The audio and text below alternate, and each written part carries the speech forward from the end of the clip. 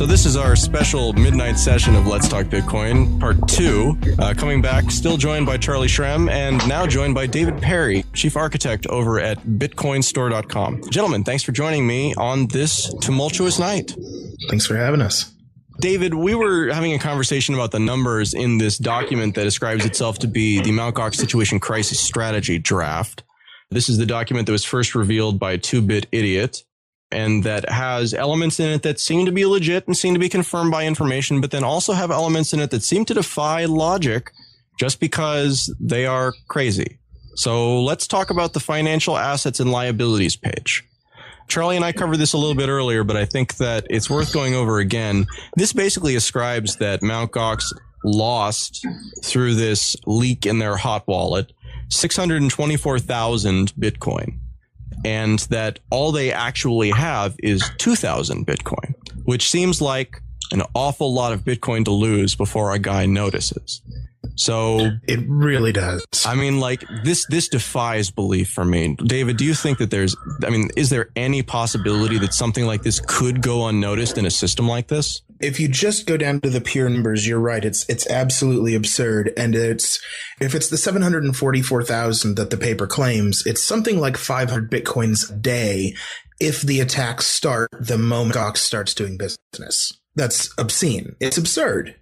How can anyone possibly not notice? Even back when they were, 5 cents a piece, that should have been enough for a decent accountant to have noticed something was off. When they're 1,000 a piece, that's obscene. As we were talking earlier with Charlie, he was saying that they are actually being audited by the Japanese financial system on a monthly basis. So the idea that something like this could go unnoticed is basically just out of the realm of possibility. I don't understand how anything like this could possibly go uncaught for this long. And, the transaction malleability thing, they were in business a full year. That happened, so that makes it an even higher amount that has to go missing across a much shorter time. Right. The paper said they lost it over the course of 2 years. That's insane. That's insane. That's, the GDP of some countries. Right. Makes no sense at all. You have to notice this amount of money leaking. You're talking about 10 to 15% of all the money that you're own leaking every day. That's not a leak. It's a flood. Seriously. I mean, that's like, you have the puddle remaining and the dam, is completely emptied and it's all gone and no one noticed the entire time. Which leads me to believe, Adam, of what I said before, that something is up here. There's something that we don't know. They're not telling us. When you say there's something that we don't know that they're not telling us, does that mean that you think that they lost funds in another way in addition to this, or more that we simply don't know what's up? Or the thing that I'm really trying to ascertain here is whether or not we think this is a outlier enough of a weird fact that this document probably is not legit, and that this is the point, is to cause this fear because it's doing a good job of causing fear. So when you say when you say not legit, are we talking about someone else outside of the Mt. Gox corporation fabricating it, or someone within Mt. Gox? I definitely don't believe that it's someone outside Mt. Gox fabricating it. So you think that this is from an internal document from Mt. Gox and not like the consolidation of multiple different assets coming from other documents and then having other things added to it? So you don't think this is a composite? No, I'm pretty sure that this came directly from someone within Mt. Gox. Okay, so then, again, you must be right in that case that there just must be a missing variable here that we simply don't have, because I just can't fathom a situation where something like this could happen to this point. And the plan could just be formed yesterday. And whether it's minimal fraud, whether it's ignorance and things like that, or whether they're just completely lying and even lying to their buyers over, or a potential buyer over where this money went. There's no way that type of money. And if this did come from inside Gox's document, I have to question who, there's things in this that you don't put into business brief. There's this whole paragraph about how Gox could go bankrupt at any moment and totally deserves to. Who writes that in a business briefing? Right. I totally agree with you on the business briefing sense. But at the same time, if you look at how Mt. Gox has conducted themselves in their press releases to this point, this actually, it does kind of make a little bit of sense, because in the past, they've been very, very defensive, right? They've been very deflecting and, putting blame on other people. So if he really is resigning, then maybe this is just, okay, fine, we did it. We'll be the martyr for it. This document is basically saying we are too big to fail. This document so explain that. How is it saying that? Because it is saying we will go bankrupt at any moment. If we go down, then Bitcoin can possibly go down. That the reality is that Mt. Gox will go bankrupt at any moment. And read it. I'll read it directly to you. However, with Bitcoin just recently getting acceptance in the public eye, the likely damage in public perceptions of this class of technology can put it back 5 to 10 years and cause governments to react swiftly and harshly. But I don't believe that's true. Do you believe Whether or that's not true? we believe that's true or not, because I don't personally. Mt. Gox is like, this is an apocalypse. Look at the words, crisis strategy. This is a crisis. Bitcoin is going down. Right, but this We is a are Mt. too big to Gox fail. crisis is the point, is that it's a Mt. Gox crisis. I mean, I understand why the media conflates Mt. Gox and Bitcoin. That makes sense to me because they don't understand what they're looking at when they look at a decentralized protocol that's also money. So they just attribute it to the biggest, earliest exchange. I understand that. I don't understand why Mt. Gox believes that. That's true. I mean, from the perspective of an insider, from the perspective of anyone who's been involved with Bitcoin in any real way, Gox has kind of fallen into the background more and more the longer we've been sitting here talking. And it doesn't really matter what happens to them once the media stops screaming about it. Like, that's the question, is how much damage is it going to do while the media is still screaming about it? Once they shut up, it's fine. They've gone away. Bitcoin will continue. Gox free, no problem. But how much damage is going to happen in that interim? Mark believes that this will take down Bitcoin. And I even said to him in a chat a few hours ago, I said, do you think this is the end of Bitcoin? And he said, possibly. I don't understand why. What they're saying is this. Think of it if you're in their position. You have a company and you're in it. And you lose a ton of money. How do you lose a ton of money? I don't know. You're scared for your life. You have thousands of people's livelihoods that you just lost. You're talking about tens of millions of dollars just disappeared. What do? You say, we need a bailout. We are too big to fail. We need money immediately. That's exactly what they're doing. So you think actually they're just telling people, it's a strategy. You need to give us money because otherwise we're going to take down Bitcoin with us. Exactly. It's exactly the strategy. So they're looking for fundraising with this, not with this document, but this strategy, broadly speaking, is to in fact bring in funders who can. I think this document was circulated to people that were potentially going to be investing or buying into the company. And I think that's how it got leaked, because the only people who probably knew of this document were Mark and Gonzaga, who probably created this document. And outside of them too, they probably distributed it to people, and somehow someone got hold of someone's computer and it got leaked. At this point, we believe that this is a legitimate document, that they appear to have done something crazy that appears to have lost them all of their money, or at least all of the money that was stored in Bitcoin, supposedly in cold storage wallets, but apparently not. And that apparently they lost such a large amount of money doing this that it is sort of unfathomable, and they think that it's going to take down Bitcoin because it's going to result in so much lost money. And now that you said it and you kind of outlined it out, it makes no sense. Yeah. But yes, it does make sense because it's the only thing that makes sense. Like, it's so screwed up. It makes sense until you get to that big number, that ridiculous. Like, I would believe this completely if the paper said 100,000 Bitcoins or 90,000 Bitcoins or 250,000 Bitcoins. This is like more than 6%, I think, of all of the Bitcoins that exist at this moment. Well, and it's the majority of the money that Mt. Gox has had. I mean, that's the real thing of it. This is a huge amount of money. This is like you have to lose every dollar you've ever touched to get to this amount. Exactly. You wake up in the morning and you say, uh-oh, all of our money is gone.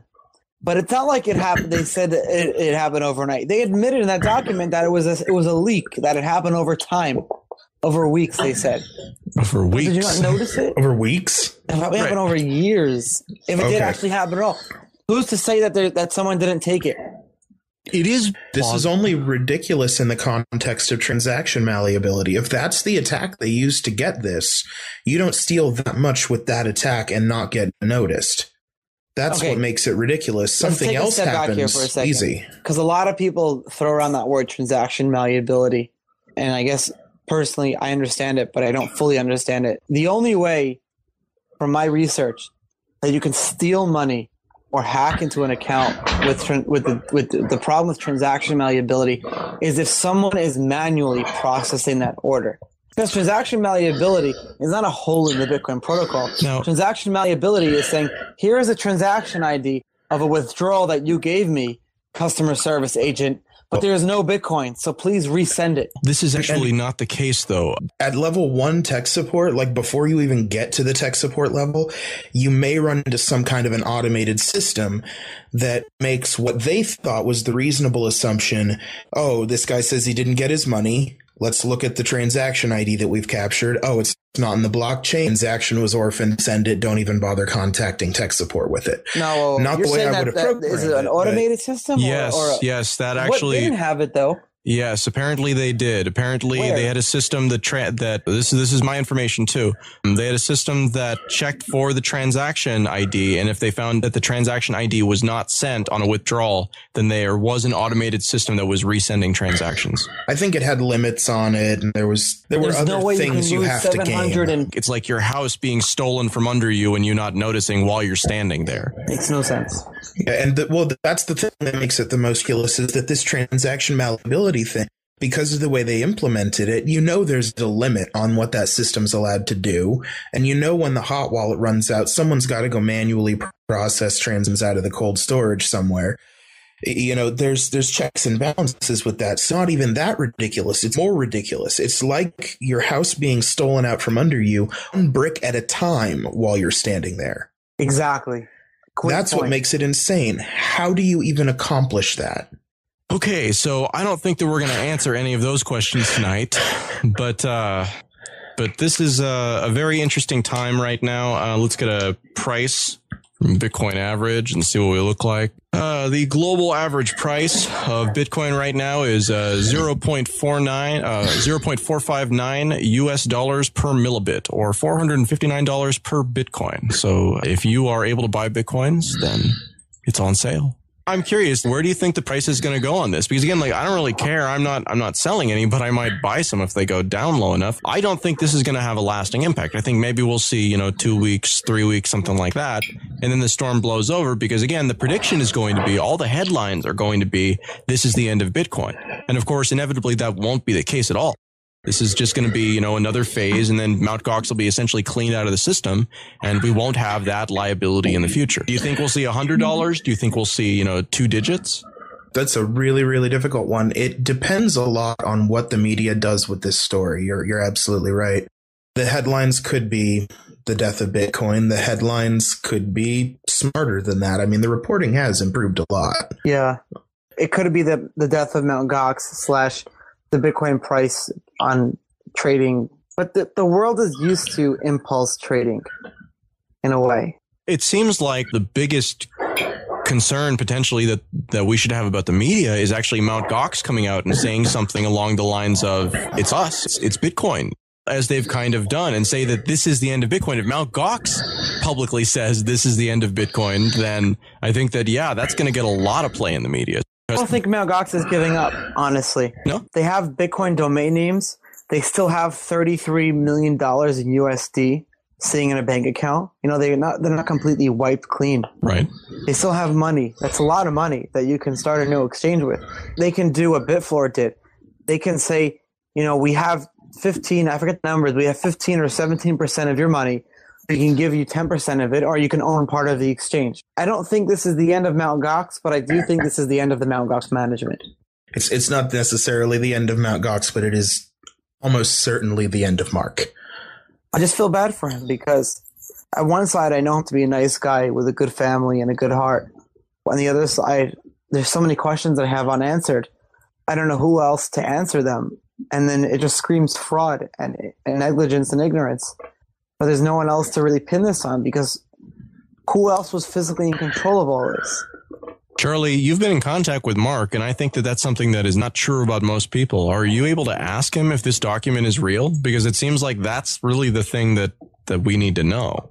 The thing is with Mark is that I have his ear, and the reason I have his ear is because I don't challenge him. I don't confront him. So I'm trying to just tread very, very lightly. I feel like Can you just link and ask? I mean, like that. I feel like if you read the logs of the chats that I've had with him in the past 4 hours, you will come to the conclusion and say to yourself, Charlie, he did admit that this was real. And that's why I'm inclined to admit that this was real. I've asked him things like, what's the deal with this document? And he says it was circulated between me and some other people. You know, like, didn't outright say it is real, but he did say but he didn't say it was not real. Yeah, and he admitted that he knew of its existence before the leak. Okay, well, that pretty much is a confirmation. Okay, well, that's really interesting. So then it sounds like we're not going to get all the answers that we want tonight, but there are definitely some questions that have been raised here. More important than anything else, I think, how exactly did they lose the majority of the Bitcoins that were under their care? You need a blockchain, someone to really analyze it, and you need Mt. Gox to cooperate with them, because Mt. Gox can open up their books. You don't just walk away with a $200 million theft. And $200 million at these depressed prices too. So one of the interesting things is this call for regulation that some people have said might come out of this. This could be the rebirth of the coin taint proposal too. I mean, like, if you think about it, this is the exact sort of situation that would necessitate the knee-jerk reaction that kind of makes that make sense in a wrong sort of way. So the coin taint proposal is that the coin taint proposal that the coin validation company has been kind of proposing is saying, let's outright ban certain Bitcoin transactions and let's outright make it public which ones are green and which ones are red lit. But I don't think that's the way to go about it. I think it needs to be in the background. I think that process needs to be a constant communication between all the Bitcoin companies with law enforcement to actively be working on bringing down bad actors within the Bitcoin space. With the coin validation thing, the coin taint concept, I would just remind everyone that Bitcoin was built to be decentralized for a reason. We don't like the central authorities that, normally tell us who we can and cannot do business with. So why would you ever take a system that was built to defeat that and then allow someone to tell you who you can and cannot have transactions with? You're taking something that was built to be better and turning it into the same thing you already have. Well, lots of questions, not too many answers. I think that's it for tonight. Thanks for joining me on this special episode of Let's Talk Bitcoin. Charlie Shrem and David Perry, thanks again.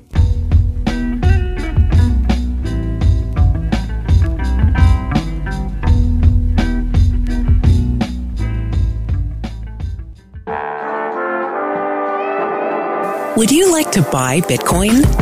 Cash into Coins provides the fastest, easiest, and safest way to buy Bitcoin in the United States. Simply place an order online, deposit cash at any supported bank, and relax.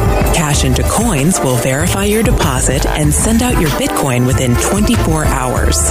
Join tens of thousands of people who have purchased from Cash into Coins. What are you waiting for? Buy your Bitcoin today. Go to cashintocoins.com. That's cashintocoins.com.